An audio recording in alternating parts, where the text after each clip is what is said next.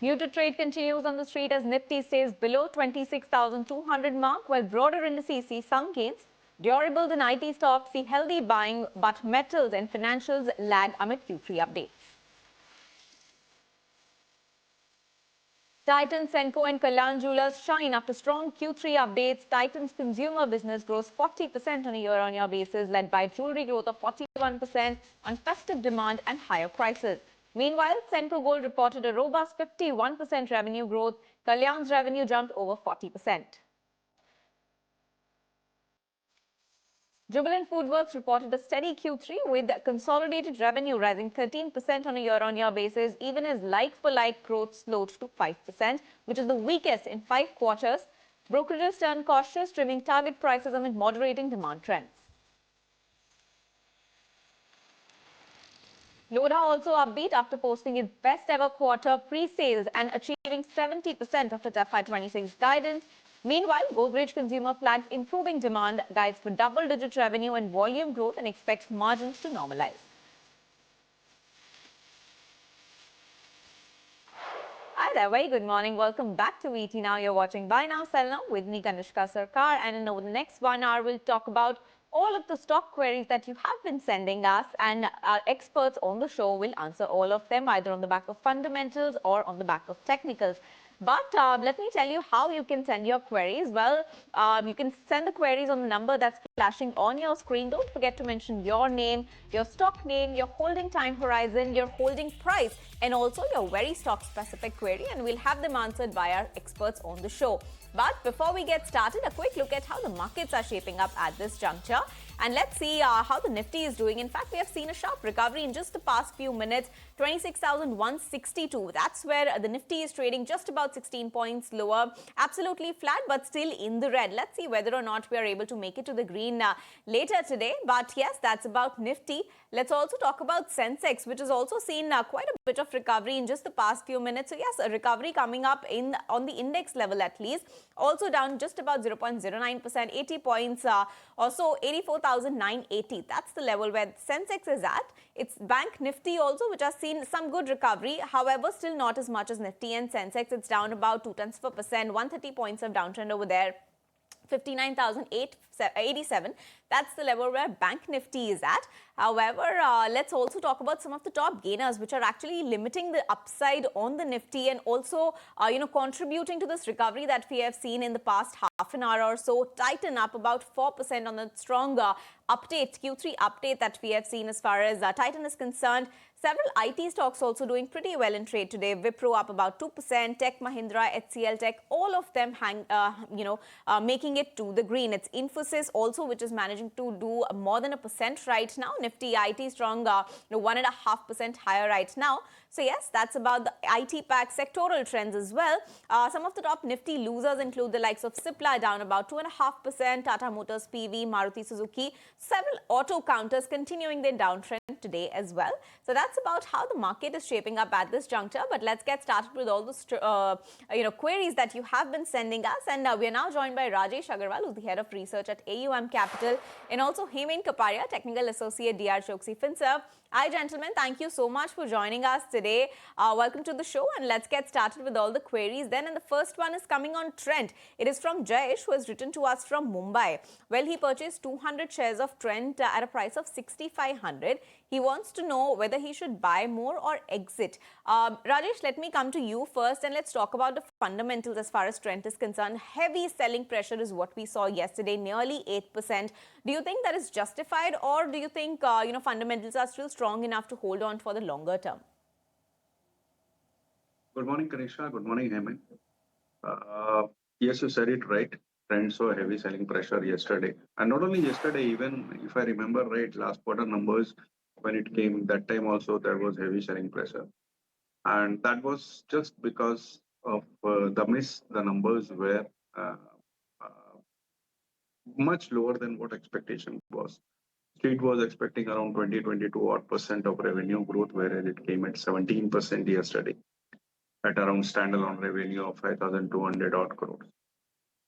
There had been a declaration in growth, no doubt on that, in the last 2-3 quarters or so. But we should not forget that at a certain level, fundamentals become attractive, valuations become attractive because previously it was trading at maybe around 3-digit odd P. And at this point of time, it will take forward P of the next 2 years down the line, trading at around 60 odd Ps. Even store expansion is being continuing. They added 48 new Zudio stores and 17 new Westside stores this quarter. Star Bazaar is doing the hypermarket thing is doing very well. In this quarter, they moved into a lab-grown diamond store also. So things are in place. The only thing is the kind of growth which we have witnessed in the past is not being replicated now. So growth has slowed down, and that's why the cut in stock prices. But I think after this kind of cut, all the negative news has been discounted. And if somebody is willing to hold for maybe 1 year down the line, 15% upside from these levels is quite possible. So if you're looking at a 1-year time horizon, maybe a 15% upside is what we could see. That's the word coming from Rajesh. But Hemant, let me come to you as well. Now, this viewer bought the stock at a price of 6,500, significantly lower than, higher than where the stock is currently at. And heavy selling pressure is what we have been seeing. What do you think for the short term? Do you think he will have to book losses, or should he continue to hold on? Some respite could be incoming. A very good morning to you, Kanishka.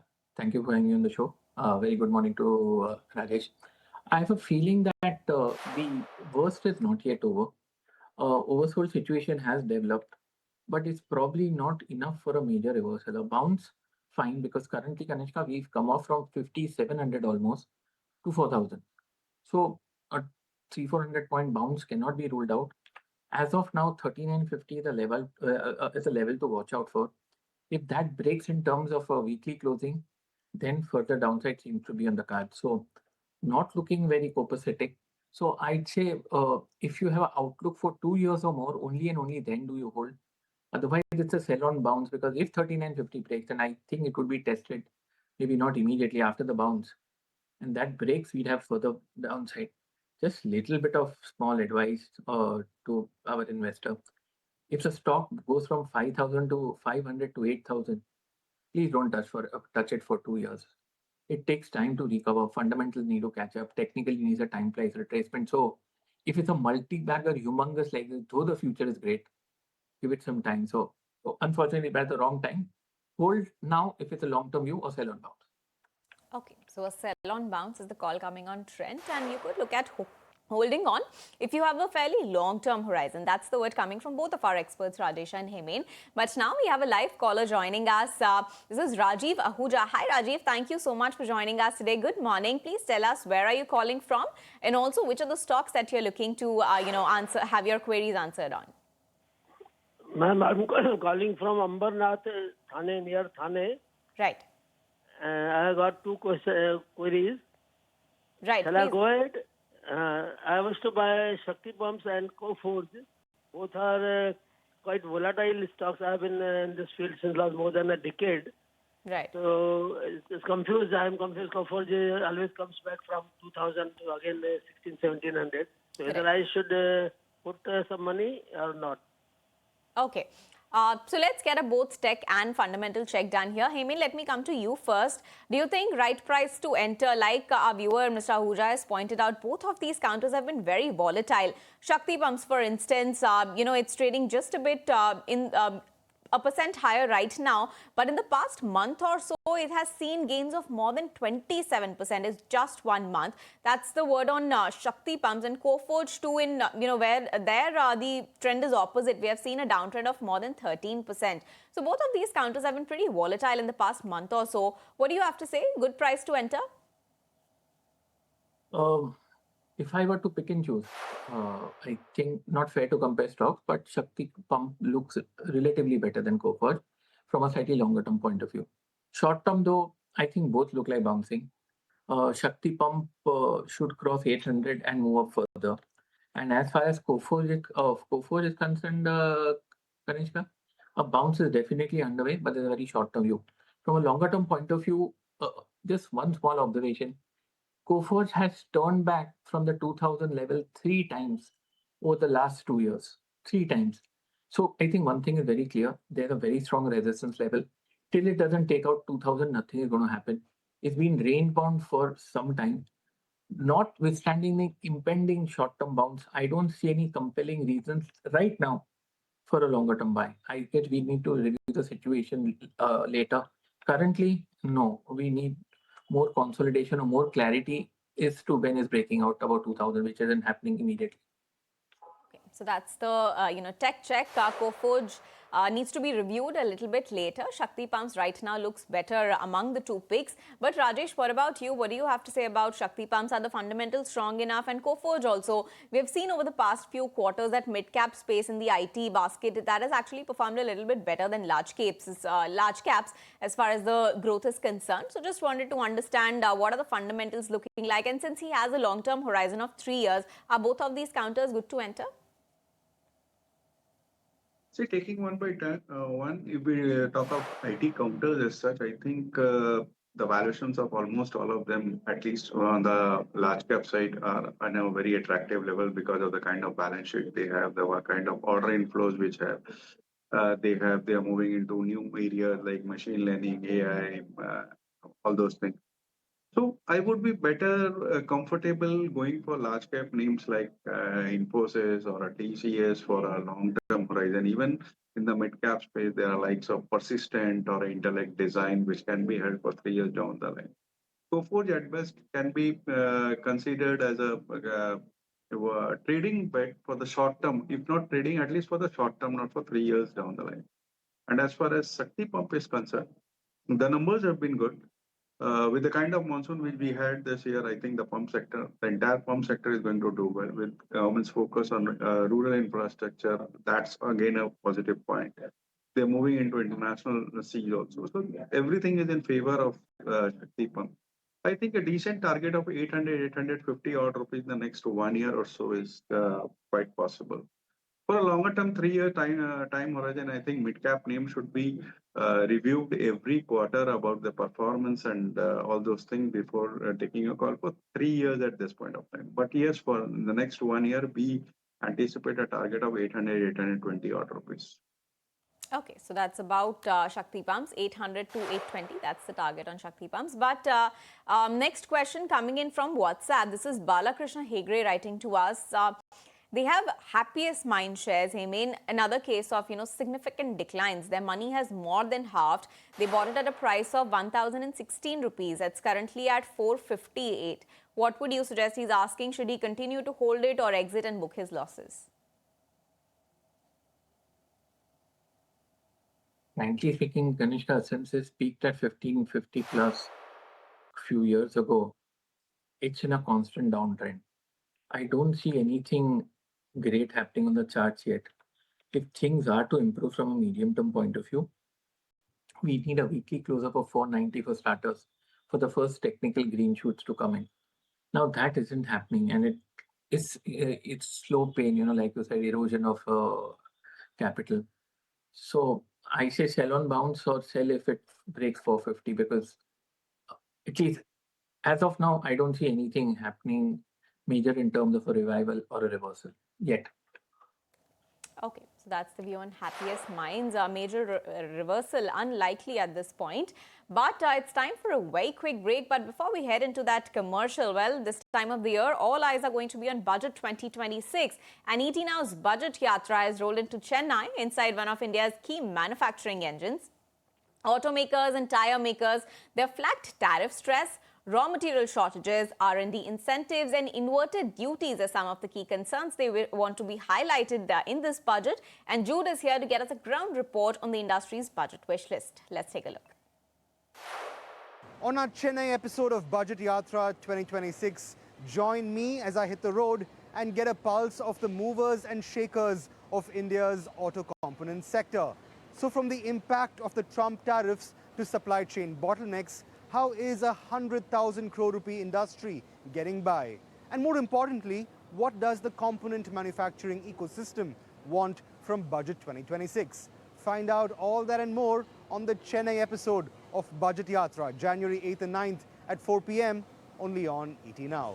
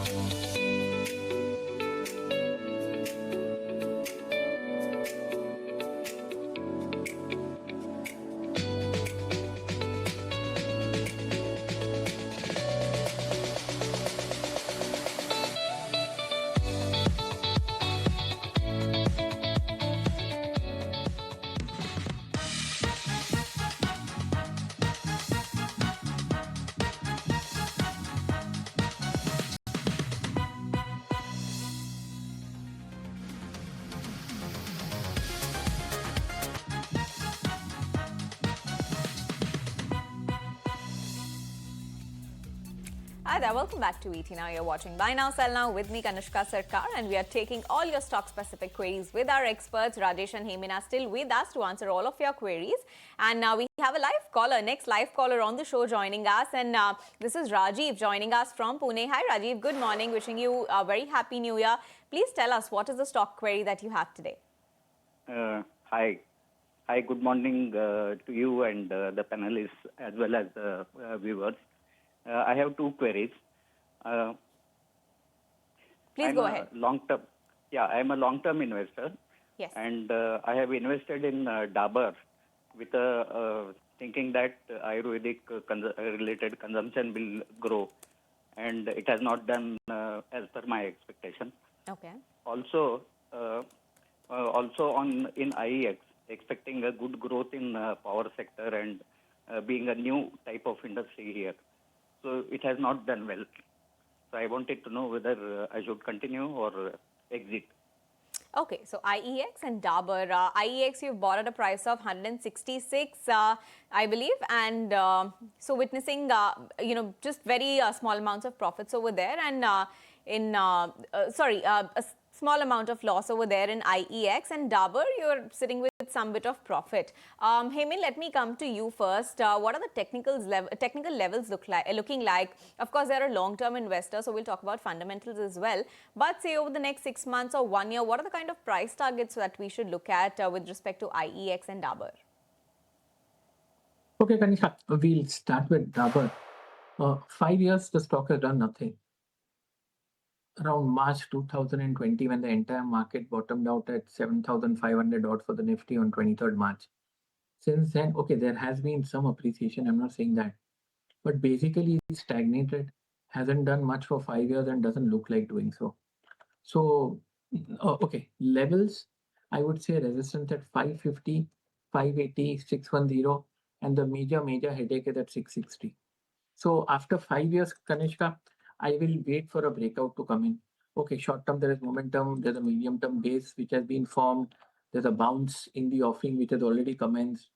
But after 5 years and a whole plethora of levels, they need to get overcome one by one, which I mentioned. So he'll have to be patient. Currently, it's not a sell because I believe we are bouncing and the bounce could get even more acute. What I mean to say, short to medium term picture has distinctly improved, and an upside is on the anvil. As far as IEX is concerned, stock has been a bit too volatile.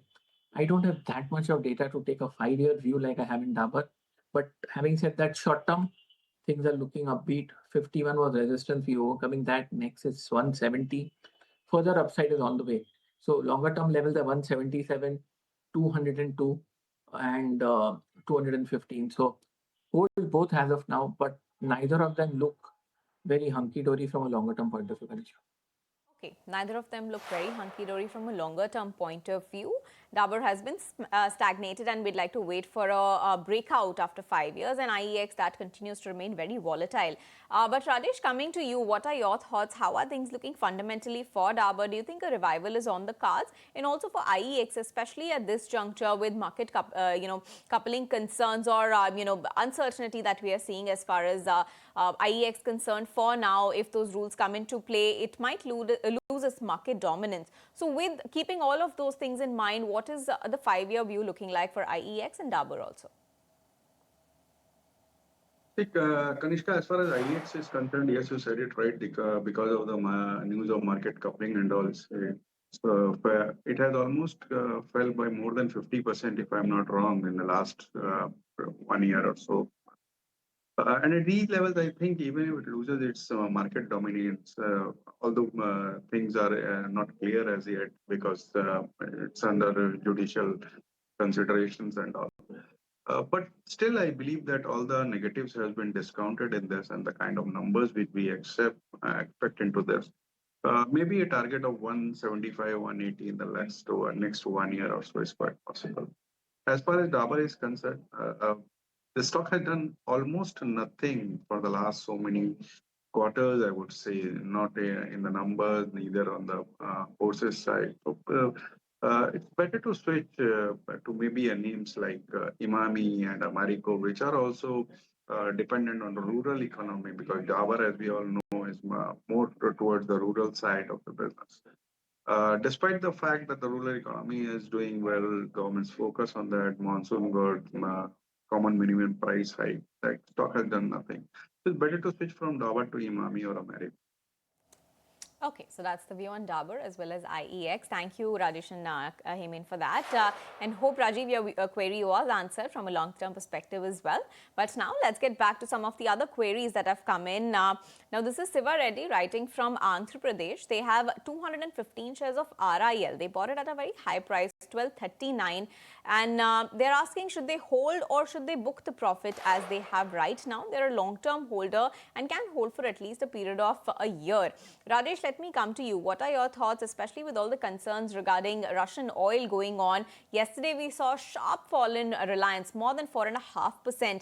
Do you think this downtrend is going to continue? Should they add some more? And what are the long-term prospects looking like? Do you think that fundamental strength continues in Reliance? Of course, we are the fundamental strength continues. These kind of news, Venezuela issues or Russian oil issues are temporary to say the least. Reliance, as a stock, has run up quite a lot in the recent past, and it was just waiting for a trigger to correct, and that happened yesterday.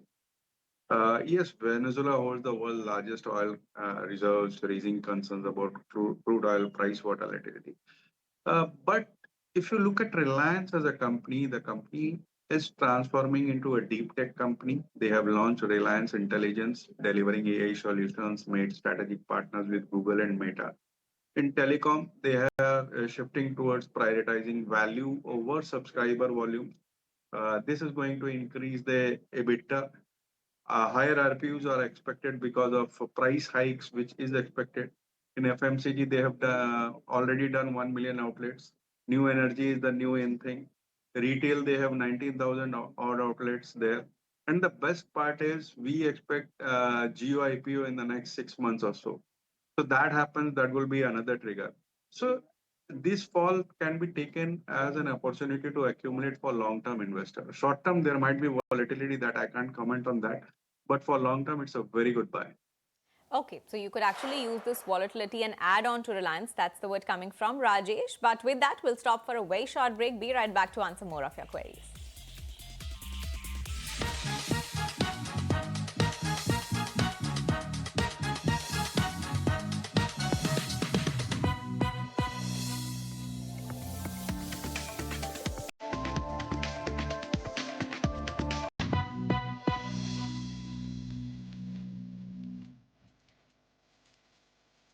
Indian Hotels under pressure after Morgan Stanley downgrades the stock to equal weight even as it raised the target price. The brokerage says the RevPAR cycle is improving, but upside is no longer surprising. EPS estimates for FY 26-28 cut on softer margins. Lock-in expiries triggered a mild pressure across select stocks today. Meesho fell 5% after a 2% lock-in expiry. Meanwhile, stocks like Aequs, Vidya Buyers and Tata Capital saw 1 to 2% downtake on the back of 2 to 4% stake being unlocked. M&M launched the electric XUV 3XO priced at 13.89 lakh, targeting urban buyers shifting to EVs. Offered in 2 variants, the SUV builds on the original model's success, which has clocked nearly 1.8 lakh sales since the launch. Hi there, welcome back to ET Now. You're watching Buy Now, Sell Now with me, Kanishka Sarkar. And it's time now to go back to all of the queries that you have been sending to us. And Rajesh and Hemin are still with us to answer them all. So let's get back. We have Neeraj Verma, who has written to us about the banking space. He has 2 banking stocks and he's a very senior citizen. He's 81. 100 shares of HDFC at a price of 990. He's asking whether he should continue to hold or sell them at this juncture. And also Yes Bank. He's bought 1500 shares of Yes Bank at a price of 36 rupees.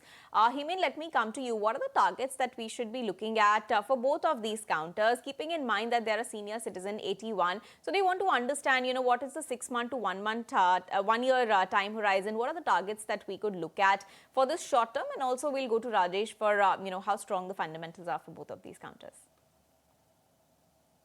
Well, Kanishka, I'm saying I had in the past tense, reasonably, if not quite bullish on HDFC Bank. Now we've spent 7 months over here, which seriously looks suspiciously like a distribution over here. Well, things haven't gone underwater yet. 940 is very important level, Kanishka. This is a range for the last 7 or 8 months. 940 on the downside, 1020 on the upside. So if this breaks, and right now nothing looks good, short term, medium term, and like I said, even the longer term charts are coming under pressure. Now, at the beginning of the month, I can't get bearish on the monthly charts because they need to end on 31st January. Things could change a lot till then. So as of now, nothing very positive. Targets for a month. I don't think I have a target for a month because I'm waiting to see whether 940 holds. If 940 holds, stabilizes at the first small positive, that breaks, I think we're going to 910. So I really don't have a target as far as HDFC Bank is concerned from a 1 month point of view. And the bigger picture is just about taking a hit. So unfortunately, technically things currently are not in great shape, Kanishka. Okay, so technically things not looking in great shape for HDFC Bank. But Hemant, what about Yes Bank? His buying price is 36 rupees. Okay, not fair to compare. It's like Vodafone Idea. I mean, last 5 years the stock has done nothing, maybe even 6 years. Intermittently, there have been buy and sell signals, no doubt. Short term, it's looking good. Medium term, there's a medium term bottom in place. Further upside seems to be on the cards. Long term, there is a revival. Now, like I said, signals have come multiple times. They haven't fructified yet. Maybe it's a question of crying wolf, but this time things are beginning to look better. About 24 and a half, I believe further upside seems to be around the corner. It's going to be a slow and painful affair, but at the risk of sticking my neck out, I believe further upside is down the line, and a level of 30 from a 15-month point of view cannot be ruled out. Things are just looking a bit better now, Kanishka. Okay, so HDFC 940 on the downside. That's a very key level to watch out for, and we'll see how things go from there. That's the word coming from Hemant. And on Yes Bank, it could be a slow and painful affair, but yes, some upside looks likely in the near term to medium term for that matter.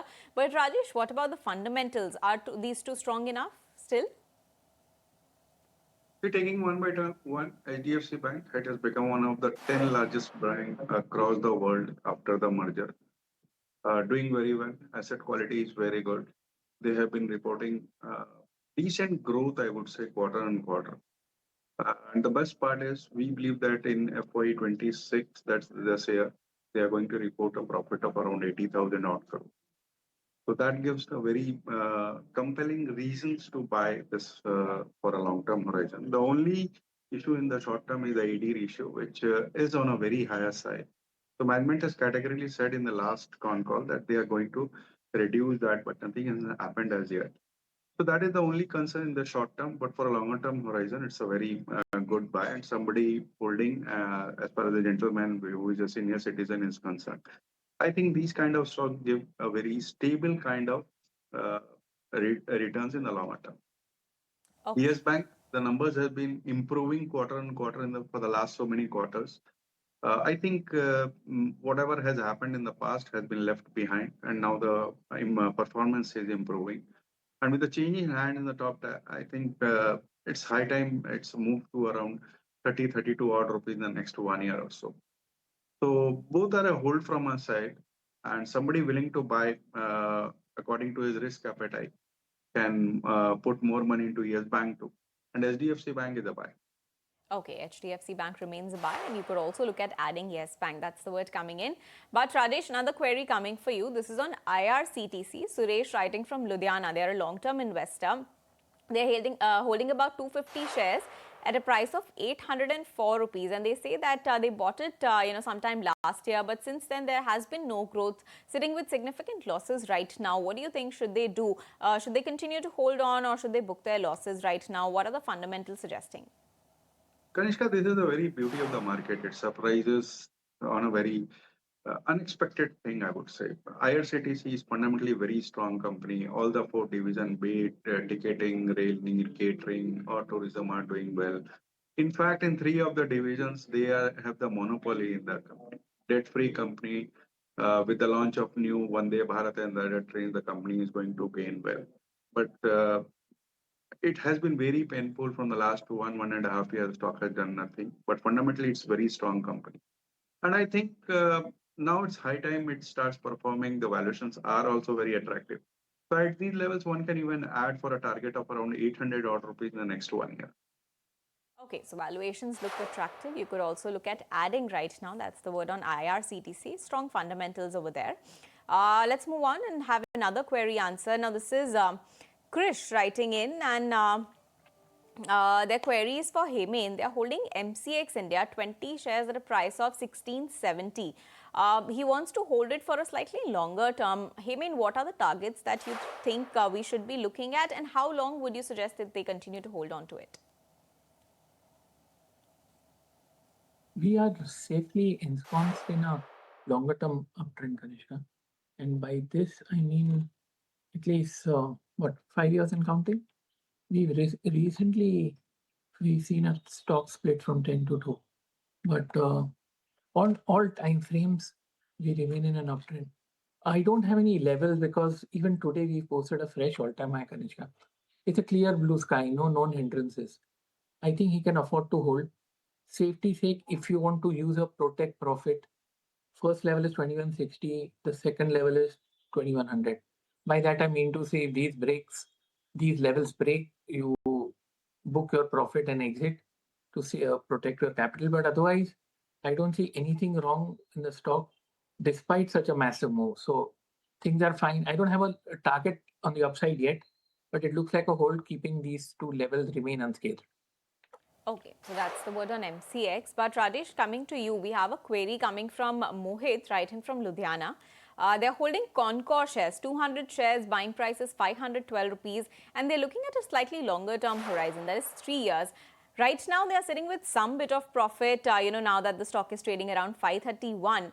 But what about the long term? In the past 6 months or so, the stock has given up, more than 11%. Do you think an upside is likely over the 3 years? What kind of an uptrend could we see as far as the 3-year time horizon is concerned? See, of course, for the next 3 years, the stock can give very good returns.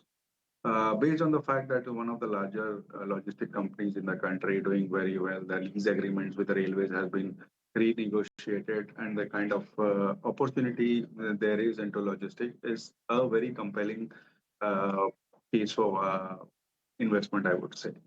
At these levels, I think all the negatives have been discounted, and 650, 680 odd levels in the next 1 year is quite possible. And in the short term too, as it has been in the past, when we approach budget, these kind of companies start performing. So somebody looking for a short-term horizon can keep a target of 570, 580 odd rupees. But for longer term horizon, it's a hold. Long-term horizon, it continues to be a hold. That's the word coming on Concor. Well, that was the last query of the day. Thank you so much, Rajesh and Hemen, for joining us and answering all of the viewer queries that they have been sending to us. Great having you on the show today. All right, with that, time for a very quick break. We'll be right back to take you through more on the other side.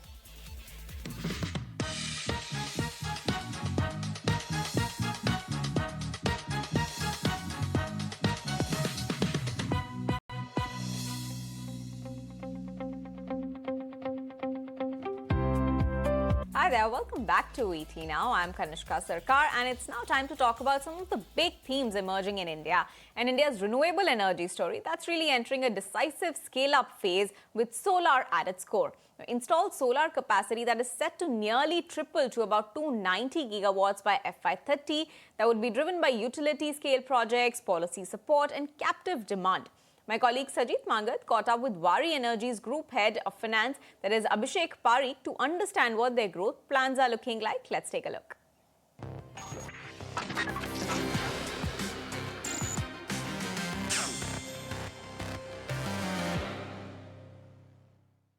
India today has reached a stage where the scale, quality, and execution capabilities in solar manufacturing are firmly established. We are looking forward for a 500 gigawatt overall renewable capacity by 2030 as per government's vision. And we firmly believe that we are on track to achieve the guidance by the government. If we look at the overall manufacturing and demand in India, the numbers are certainly affirmative and supportive. We are confident that we should be in a position as a country to achieve 500 gigawatt of target of renewable space.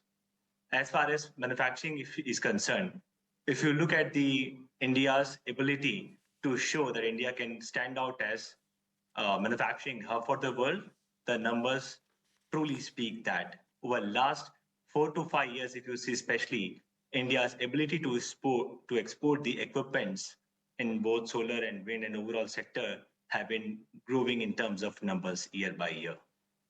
So certainly the market seems very positive, be it domestic market, demand, and export dynamics for Indian manufacturing companies. True. Abhishek, if you look and give us a little more idea on the kind of capacity that we would have, because in the past few years we have been struggling with capacity, and the government has been putting in ALMN, which basically restricts buying from certain manufacturers only, and as a result of which import was impacted. But then as we scaled up our capacity, that has been relaxed as well. So from a point of view of manufacturing, where are we today with respect to meeting not just a domestic demand of 500 gigawatt by 2030, but also the kind of demand that we are getting from other countries like the US or the European Union? Sure. So if you look at the government's policy over the last couple of years, especially the ALMM one, it has ensured that the domestic manufacturing flourishes and expands overall manufacturing footprints. When ALMM 1, which was ALMM for solar panel manufacturing, was implemented last year, we have seen the skyrocketing capacities in the overall manufacturing of modules. But certainly that is also not enough for the demand paradigm in India as well as global markets available for Indian manufacturers. Now government has come up with ALMM 2, which is for manufacturing of cell as well in India. So from 2026, this year, manufacturing of modules and cell will be the joint true capacities for Indian markets available. So with this, we believe that capacities of cell, which roughly is around 25 gigawatts as per the ALMM recent list, should start seeing upside. However, the demand in India still looks between 40 to 50 gigawatt for the current financial year, and the expectations are this number is bound to increase considering the government's 500 gigawatt worth of target. So we are yet to see a point wherein the domestic capacities should match up the overall manufacturing capacities as well, but certainly the tailwinds are very positive. The direction is very right. How do you look at cost as well? Because we've seen cost of modules coming down, or cells and ingots and wafers have also come down a bit over the last few years. Do you see stable cost structures around so that it brings in better economies of scale for the Indian manufacturers as well? Sure. So with the increase in scale and size of operations, certainly the costs are bound to cut down, and eventually the further impact of larger demand enhances. Because when you manufacture at a gigawatt scale versus you manufacture at multi-gigawatt scale, certainly the cost optimization happens. That is what we see even in Indian markets as well today. When the Indian module manufacturers and now cell manufacturers are enhancing their capacity, the cost of production is coming down, and this is definitely benefiting the end consumer. This should also go well along when the ingot and wafer capacity start coming up in India, because government has also announced ALMM 3 for manufacturing of ingots and wafers as well in India over next 2 years of time. So certainly when we go further backward integrated as an industry and especially as a company, the costs are bound to remain under control, and our ability to overall visibility on the cost dynamics strengthens with the backward integration. If you look at the capex for the industry, and I'm talking about just three big players, which is you, Vikram Solar, and maybe Premier Energies. Between you three, you are putting in nearly 50,000 odd crores between FY26 to 28 in capex alone. What is the kind of capacity that this market can hold, and how dependent will you be for exports going forward? So we have announced overall capex of around 26,000 odd crores over the last 1 year. and this implementation of capex should happen over next 2 years of time.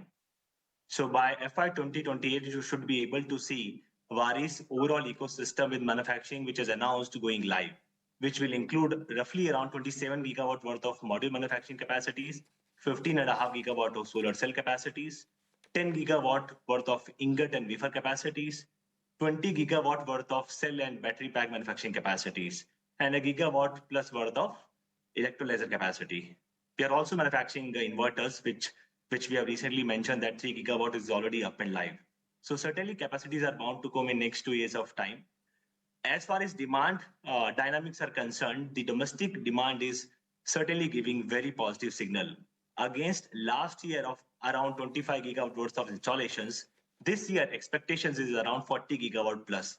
The first 9-month numbers are already giving a positive signal that India is very much on track to surpass the 40 gigawatt worth of installations. Hence, the new capacities are certainly going to help us go ahead in the ladder of manufacturing and being able to supply customers on time at a steadfast way. One of the tailwinds which is there for India is with respect to exports, European Union and US. How big a tailwind is that? Because we have seen IRA incentives, which was introduced, now put on hold. While others, from another point of view, Indian solar manufacturing is taken seen as a alternative to the Chinese supply as well.